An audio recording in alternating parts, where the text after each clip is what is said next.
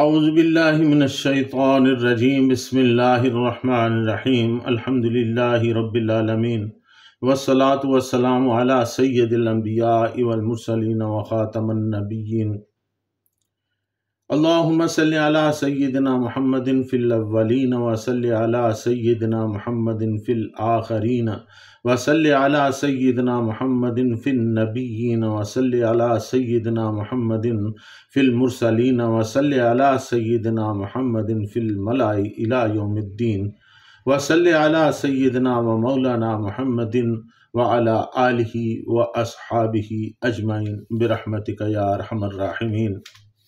معزز ناظرین، السلام علیکم ورحمۃ اللہ وبرکاتہ۔ جاذب پبلیکیشنز میں خوش آمدید۔ میں محمد سعید جاذب آپ کی خدمت میں حاضر ہوں۔ تعلیم القرآن کا سلسلہ جاری ہے اور میں آپ کی خدمت میں سورۃ الانعام کی تفصیلات و تشریحات پیش کر رہا ہوں۔ آج کی نشست میں سورۃ الانعام کی آیات نمبر 17 اور 18 شامل ہے۔ ارشاد باری تعالیٰ ہے وَإِن يَمْسَسْكَ اللَّهُ بِضُرٍّ فَلَا كَاشِفَ لَهُ إِلَّا هُوَ وَإِن يَمْسَسْكَ بِخَيْرٍ فَهُوَ عَلَى كُلِّ شَيْءٍ قَدِيرٌ وَهُوَ الْقَاهِرُ فَوْقَ عِبَادِهِ وَهُوَ الْحَكِيمُ الْخَبِيرُ۔ اور اگر اللہ تعالیٰ تمہیں کوئی ضرر یعنی تکلیف پہنچائے تو اسے کوئی دور نہیں کر سکتا سوا اس اللہ تعالیٰ کے، اور اگر وہ اللہ تعالیٰ تمہیں بھلائی پہنچائے تو وہ ہر چیز پر قادر ہے، اور وہ یعنی اللہ تعالیٰ اپنے بندوں پر غالب ہے اور وہی حکمت والا خبردار ہے۔ وَإِن يَمْسَسْكَ اللَّهُ بِضُرٍّ فَلَا كَاشِفَ لَهُ إِلَّا هُوَ وَإِن يَمْسَسْكَ بِخَيْرٍ فَهُوَ عَلَى كُلِّ شَيْءٍ قَدِيرٌ۔ اور اگر اللہ تعالیٰ تمہیں کوئی ضرر یعنی تکلیف پہنچائے تو اسے کوئی دور نہیں کر سکتا سوائے اس اللہ تعالیٰ کے، اور اگر وہ اللہ تعالیٰ تمہیں بھلائی پہنچائے تو وہ ہر چیز پر قادر ہے۔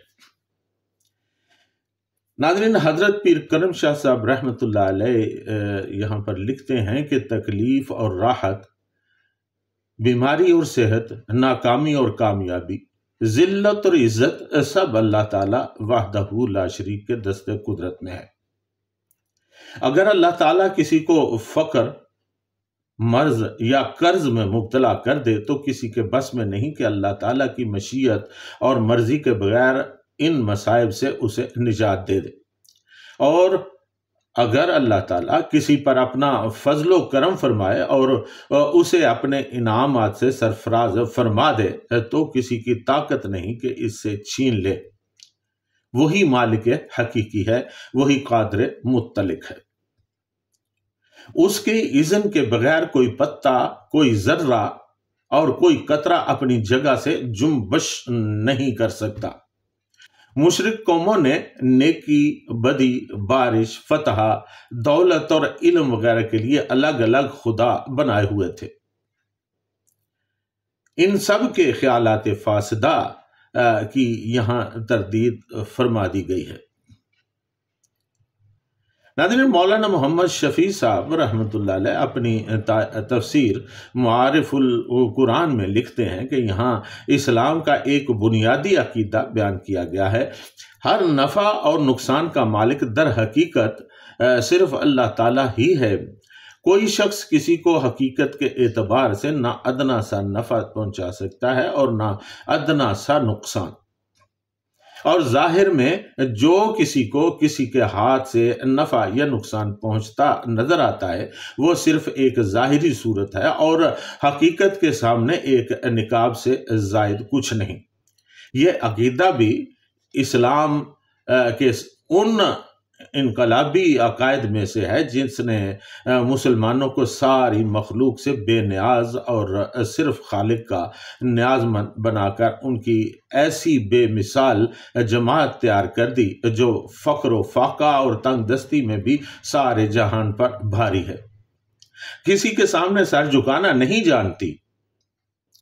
قرآن مجید میں جا بجا یہ مضمون مختلف عنوانات کے ساتھ بیان کیا گیا ہے۔ پارہ نمبر 22 سورہ فاطر آیت نمبر 2 میں ارشاد باری تعالیٰ ہے ما یفتح اللہ للناس من رحمت فلا ممسک لہا وما یمسک فلا مرسل لہ من بعدہ وہو العزیز الحکیم۔ اور اللہ تعالیٰ لوگوں کے لیے جو رحمت کھول دے اسے کوئی روکنے والا نہیں، اور جو کچھ وہ روک دے تو اس کے روکنے کے بعد اسے کوئی چھوڑنے والا نہیں، اور وہی غالب حکمت والا ہے۔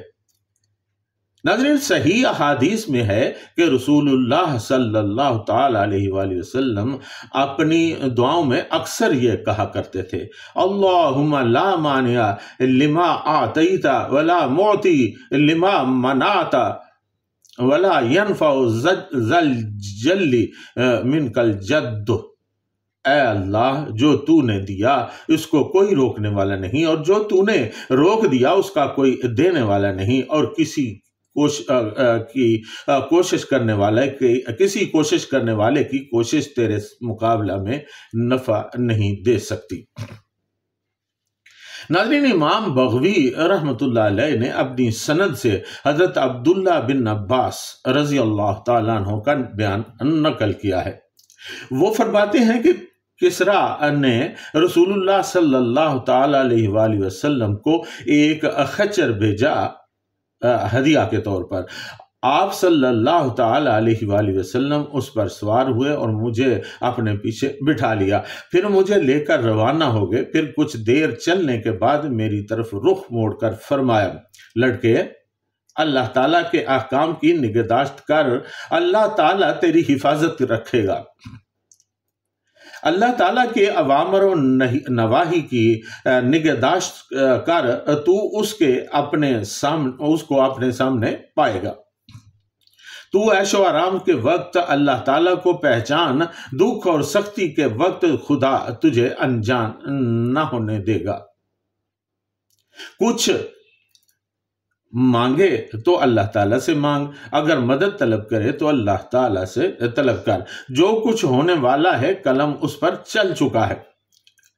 اللہ تعالیٰ کے فیصلہ کے خلاف اگر ساری مخلوق تجھے فائدہ پہنچانے کی کوشش کرے تو فائدہ نہیں پہنچا سکتی، اور اللہ تعالیٰ کی تحریر کے خلاف اگر تجھے ضرر پہنچانا چاہے گی تو ضرور ضرر نہیں پہنچا پائے گی۔ اگر تجھ سے ہو سکے تو یقین کے ساتھ مصائب پر صابر رہ، اگر عمل نہ کر سکتا ہو تو صبر کر۔ ناگوار امور پر صبر کرنے میں ہی بہتری ہے۔ یہ بھی جان رکھ کہ صبر کے ساتھ مدد ہوتی ہے، اور سختی کے ساتھ کشائش، اور دشواری کے ساتھ آسانی ہوتی ہے۔ ناظرین، مسند احمد اور صحیح ترمذی نے یہ حدیث نقل کی ہے۔ وَهُوَ الْقَاهِرُ فَوْقَ عِبَادِهِ وَهُوَ الْحَكِيمُ الْخَبِيرُ۔ اپنے بندوں پر وہ اللہ تعالیٰ اپنے بندوں پر غالب ہے، اور وہی حکمت والا خبردار ہے۔ ناظرین، قاضی ثناء اللہ پانی پتی رحمۃ اللہ علیہ لکھتے ہیں کہ قہر اس غلبہ کو کہتے ہیں جس میں مغلوب کا عاجز ہونا بھی اس سمجھ میں آتا ہے، اور قدرت کا معنی ہے قادر کے ارادہ کے خلاف ارادہ کرنے والے کو ان کے مقصد سے روکنا۔ قدرت کے مفہوم سے قہر کے معنی میں کچھ بیشی ہے، کیونکہ قدرت کے مفہوم سے مقدور کا عجز ظاہر نہیں ہوتا، اور قہر کے مفہوم میں مقہور کا عجز لازم ہے۔ فوق عبادہ، وہی اپنے بندوں پر بالاتر ہے۔ یہ دوسری خبر ہے۔ پہلی خبر القاہر ہے، یہاں قاہر اور برتر ہونے کی تصویر کشی کی گئی ہے۔ ناظرین، مولانا محمد شفیع صاحب رحمۃ اللہ علیہ فرماتے ہیں کہ اللہ تعالیٰ ہی اپنے بندوں پر غالب و قادر ہے، اور سب اس کے تحت قدرت اور محتاج ہے۔ یہی وجہ ہے کہ دنیا کا کوئی بڑے سے بڑا انسان، خواہ اللہ تعالیٰ کا کوئی رسول مقرب ہو یا دنیا کا بڑے سے بڑا بادشاہ ہو، اپنے ہر ارادہ میں کامیاب نہیں ہو سکتا، اور اس کی ہر مراد پوری نہیں ہوتی۔ وَهُوَ الْحَكِيمُ الْخَبِيرُ۔ اور وہی حکمت والا خبردار ہے، یعنی وہ حکیم بھی ہے کہ اس کے تمام افعال عین حکمت ہیں، اور وہ ہر چیز کو جاننے والا بھی ہے۔ یہاں لفظ قاہر سے اللہ تعالیٰ کی قدرت اور حکیم سے اس کے علم محیط کا بیان کر کے یہ بیان کیا گیا ہے کہ تمام صفات کمال علم و قدرت میں منحصر ہے، اور اللہ تعالیٰ ان دونوں صفات میں یکتا ہے، وہ اکیلا ان صفات کا مالک ہے، اس کے علاوہ کوئی اور ان صفات کا حامل نہیں ہو سکتا، اگر ہوگا بھی تو ضمنی طور پر ہو سکتا ہے۔ ناظرین، اللہ تعالیٰ کی صفات کاملہ کے ساتھ اللہ تعالیٰ جس قدرت کا مالک ہے اس قدرت کو پہچان لینا بہت ضروری ہے، اور انہی صفات کو مد نظر رکھتے ہوئے اللہ تعالیٰ سے دعا کرتے رہنا چاہیے کہ وہ ہمیں اپنی صفات کاملہ کے صدقے سے ہمیں یکسوئی دین میں یکسوئی عطا فرمائے۔ ہمیں چاہیے کہ ہم قرآن کریم کو سمجھتے رہیں، سمجھنے کی کوشش کرتے رہیں، اور پھر اس پر عمل کرتے رہیں، کیونکہ یہی ہماری عاقبت کے لیے بہت ضروری ہے۔ ناظرین، قرآن حکیم حکمت بری باتوں سے ہمیں آگاہ کرتا ہے، اس کی تفاصیل ہمیں اللہ تعالیٰ سے روشناس کراتی ہیں، اور اللہ تعالیٰ کے حبیب صلی اللہ تعالیٰ علیہ وآلہ وسلم کے نقش قدم پر چلنے کی جو ہے نا چلنے کے بعد بھی حکمت سمجھ میں آتی ہے۔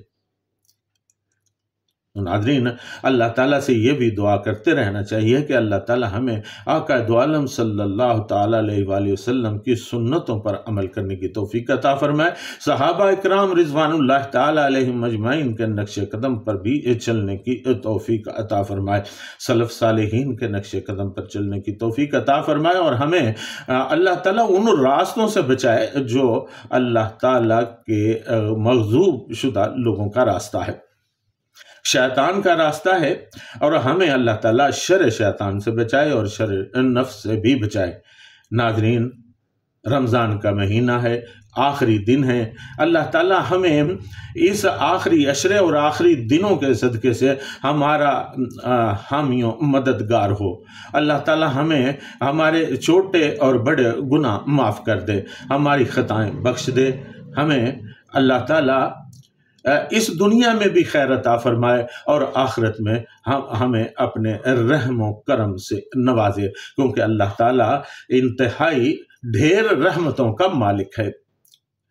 ناظرین، اس کی رحمت ہمارے گناہوں کو ڈھانپ لیتی ہے، تو اللہ تعالیٰ سے یہ دعا کرتے رہنا چاہیے کہ اللہ تعالیٰ ہمیں اپنی رحمت